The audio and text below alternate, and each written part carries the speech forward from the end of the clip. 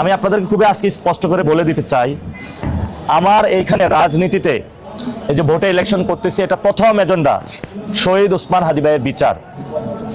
2 number হলো ইনসাফের ঢাকা 8 প্রতিষ্ঠা করা। 3 নাম্বার হলো পুরো বাংলাদেশ থেকে ঢাকা 8-এ রোগীরা আসে, আমরা পুরো বাংলাদেশ থেকে যারা রোগীরা এখানে চিকিৎসা নিতে আসে তাদের জন্য একটি সুন্দর ব্যবস্থা করে দিব। পুরো বাংলাদেশ থেকে ওইখানে অনেকে শিক্ষা ব্যবস্থার জন্য পড়তে আসে, ঢাকা মেডিকেল বুয়েট, আমরা তো তাদের জন্য একটা সুন্দর শিক্ষা ব্যবস্থা পরিবেশ তৈরি করে দিব।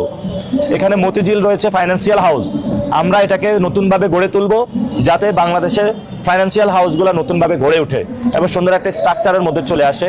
এবং সর্বোপরি এখানে অনেক সরকারি চাকরিজীবী রয়েছে, ফলত তাদের জীবনযাপন, তাদের অধিকার নিয়ে আমরা ইনশাল্লাহ লড়াই করব, যাতে তাদের সুস্থ জীবন নিয়ে সুন্দর একটা পরিস্থিতিতে তারা বসবাস করতে পারে। এবং সেখানে আমরা হলো দুর্নীতি বন্ধ করে দিব। আমাদের এখানে দুদক রয়েছে, আমরা দুদককে অ্যাক্টিভ করব।